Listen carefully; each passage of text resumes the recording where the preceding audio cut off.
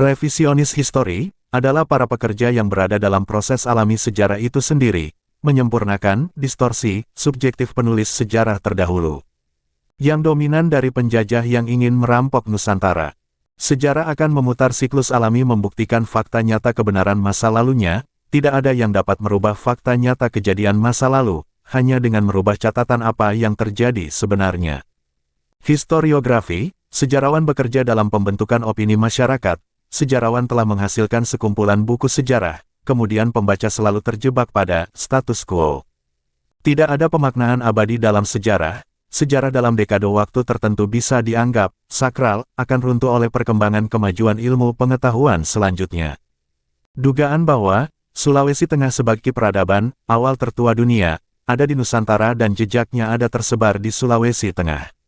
Dugaan benar ini diperkuat dan dibuktikan oleh peneliti Jepang. Peneliti kain kulit kayu dari Universitas Surugadai, Jepang, Isamu Sakamoto, menyebut tradisi pembuatan kain kulit kayu di Lembah Bada muncul sejak zaman Neolitikum sekitar 3.600 tahun lalu.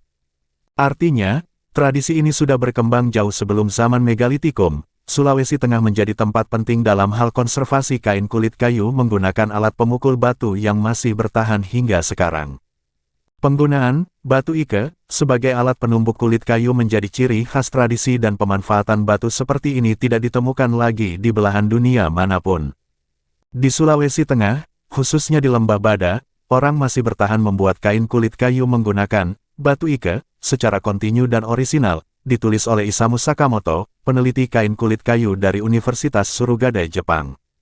Di Sulawesi yang memiliki benda-benda megalit, bahkan sebagian masih terpelihara. Dengan demikian tradisi ini diperkirakan lebih tua daripada pembuatan patung-patung megalitik di kawasan Lembah Bada, seperti Arca Menhir Palindo, Batu Kubur Kalamba, dan Lumpang Batu. Adalah benar dugaan Bapak Gubernur Sulawesi bahwa peradaban awal tertua ada di Nusantara, jejaknya tersebar di Sulawesi Tengah, bahkan peradaban manusia berawal dari sini, katanya. Megalit adalah batu besar dari bahasa Yunani. Megas berarti besar, dan litos berarti batu, yang digunakan untuk membangun struktur atau monumen. Megalit menjadi tanda utama keberadaan tradisi megalitik.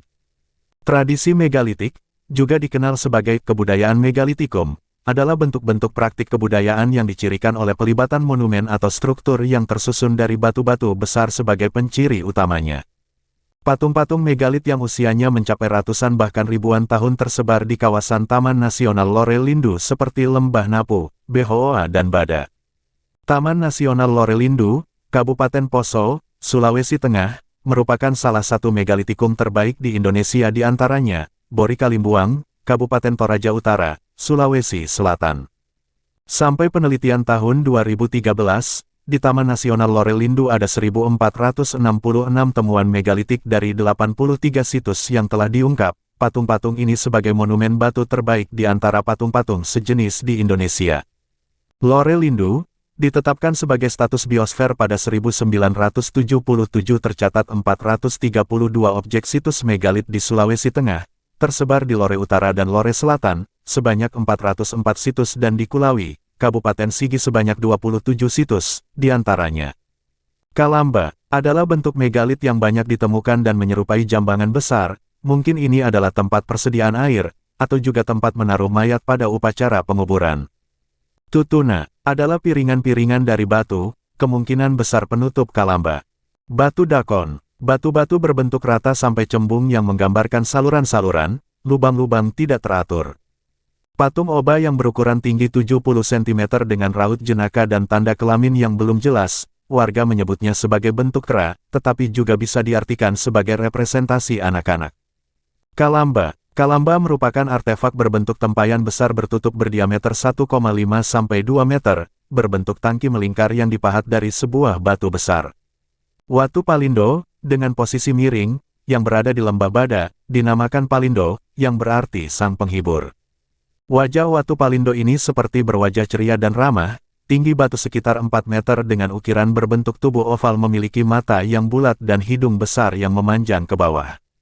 Langka Bulawa adalah batu ini berukiran sosok wanita dan mempunyai arti nama ratu bergelang kaki emas. Ini terletak 5 km dari patung Palindo, mempunyai ukiran yang hampir sama dengan Watu Palindo tetapi mempunyai kesan raut muka sebagai sosok rumah suku Lore. Para ahli sejarah dan peneliti harus lakukan penelitian di Nusantara khususnya Sulawesi Tengah, untuk membuktikan bahwa benar dugaan Bapak Gubernur Sulawesi Tengah sebagai peradaban awal tertua dunia berasal dari Sulawesi Tengah. Revisionis histori adalah para pekerja yang berada dalam proses alami sejarah itu sendiri, menyempurnakan distorsi subjektif penulis sejarah terdahulu. Guna kembalinya catatan benar sejarah Nusantara, untuk menginspirasi generasi akan datang bahwa pendahulunya adalah bangsa besar.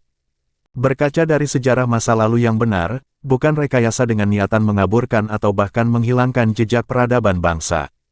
Penghitungan tahun sejarah pada prasasti berangkat tahun, Saka, yang selama ini dihitung, harus dimulai pada tahun 78 Masehi.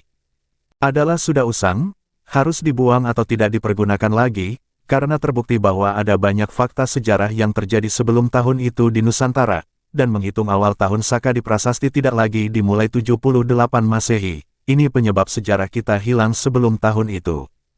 Kesalahan, atau dengan bahasa lainnya adalah, kehilafan, bisa terjadi pada siapa saja termasuk ilmuwan sekaliber Einstein.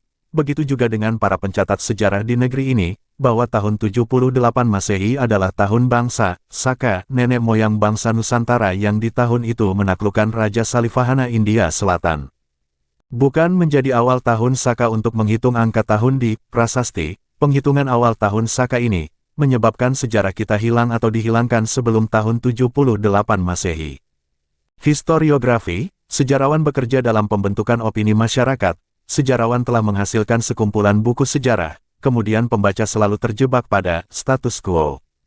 Tidak ada pemaknaan abadi dalam sejarah, sejarah dalam dekade waktu tertentu bisa dianggap sakral, akan runtuh oleh perkembangan kemajuan ilmu pengetahuan selanjutnya.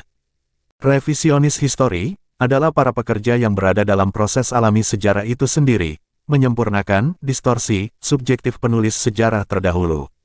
Yang dominan dari penjajah yang ingin merampok Nusantara. Sejarah akan memutar siklus alami membuktikan fakta nyata kebenaran masa lalunya, tidak ada yang dapat merubah fakta nyata kejadian masa lalu, hanya dengan merubah catatan apa yang terjadi sebenarnya. Throwback History of Indonesia, Exploration dan Research, by Santo Saba.